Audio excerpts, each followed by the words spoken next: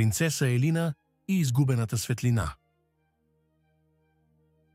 В едно далечно кралство, скрито зад високи планини и дълбоки гори, живеела принцеса на име Елина. Тя била известна със своята красота, доброта и мъдрост и всички в кралството я обичали. Но имало нещо необикновено в Елина.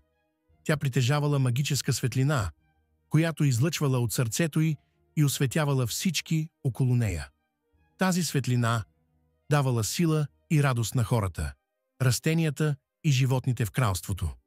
Когато Елина се усмихвала, небето сияело по-ярко, а когато говорела, думите й носели спокойствие.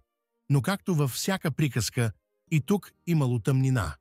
Един зъл магьосник на име Зорак живеел в най-дълбоката част на мрачната гора. Той дълго наблюдавал принцеса Елина и нейната светлина и завиждал на нейната сила. Един ден Зорак решил, че иска тази светлина за себе си, за да стане най-могъщият в света. Една нощ, когато цялото кралство спяло дълбоко, Зорак се промъкнал в замъка. С помощта на тъмни магии, той успял да изтръгне светлината от сърцето на Елина и да я затвори в кристална сфера. Светлината била толкова ярка, че замъглила небето и направила всичко около нея да избледнее. Но в ръцете на Зорак тя започнала да се свива и да отслабва. Магьосникът избягал с кристалната сфера в своята тъмна и мрачна кула, скрита дълбоко в гората. Когато Елина се събудила на сутринта, почувствала, че нещо ужасно се е случило. Нейното сърце било празно, а светът около нея потънал в тъмнина. Небето било сиво, цветята увехнали, а хората се чувствали изморени и без радост. Елина знаела, че не може да позволи тъмнината да погълне нейното кралство и решила да тръгне на пътешествие, за да си върне светлината. С короната си от рози и плащ, който блестял с сребърни нишки, Елина напуснала замъка. Тя не казала на никого за своето решение, защото знаела, че ако хората разберат, ще се опитат да я спрат от страх да не се загуби. Тръгнала сама през широките полета, водена единствено от вярата, че може да си върне светлината. Докато пътувала, Елина срещнала една стара баба, която седяла край пътя и плетяла с дълги, сръчни пръсти. Бабата била сляпа, но когато Елина минала покрай нея, тя й казала: Зная коя си и какво търсиш.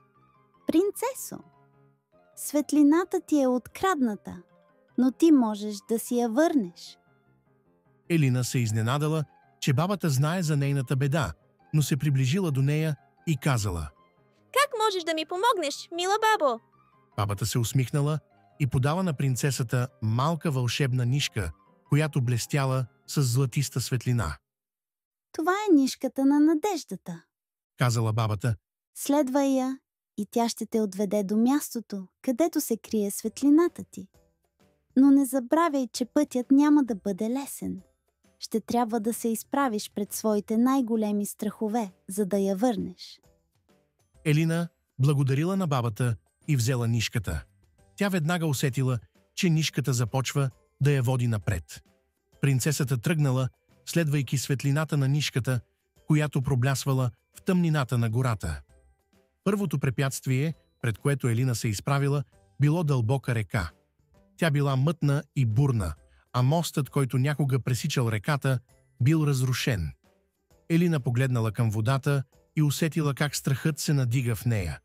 Тя знаела, че трябва да премине, но нямало как да стигне от другата страна.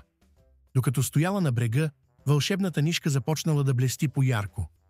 В този миг Елина си спомнила думите на бабата. Пътят няма да бъде лесен. Тя се вгледала във водите и изведнъж забелязала, че те започнали да се успокояват. Под повърхността на реката започнали да се появяват стъпала от светлина, които водели до другия бряг. Без да се колебае, Елина стъпила на първото стъпало и почувствала как светлината я поддържа. С всяка следваща крачка стъпалата ставали по-здрави, докато принцесата не стигнала до отсрещния бряг. Там нишката отново започнала да се движи напред и тя продължила пътя си. След като преминала през гората, Елина стигнала до тъмната планина, където се извисявала тъмната кула на Зорак. Нишката водела право към входа, но вратата била заключена с тежка магия. Наоколо всичко било обгърнато в мрак, а тишината на планината правила всяко движение на принцесата да звучи като ехо. Точно когато Елина се чудела как да отвори вратата, нишката се увила около ръката й и тя почувствала топлина. Принцесата разбрала, че силата, която търси, всъщност е вътре в нея. Тя сложила ръката си на вратата и произнесла думи, които никога не била чувала. Светлината идва отвътре. Нека доброто пробие тъмнината. В този миг вратата се отворила с тихо скърцане. Принцесата влязла вътре и видяла кристалната сфера, в която била заключена нейната светлина. Но точно в този момент се появил Зорак, облечен в черни дрехи, и се усмихнал зловещо. Мислиш, че можеш да си върнеш светлината толкова лесно? Изсъскал той. Тя вече е моя и никога няма да се върне при теб. Елина не се изплашила. Тя знаела, че истинската сила не е в магиите, а в доброто сърце.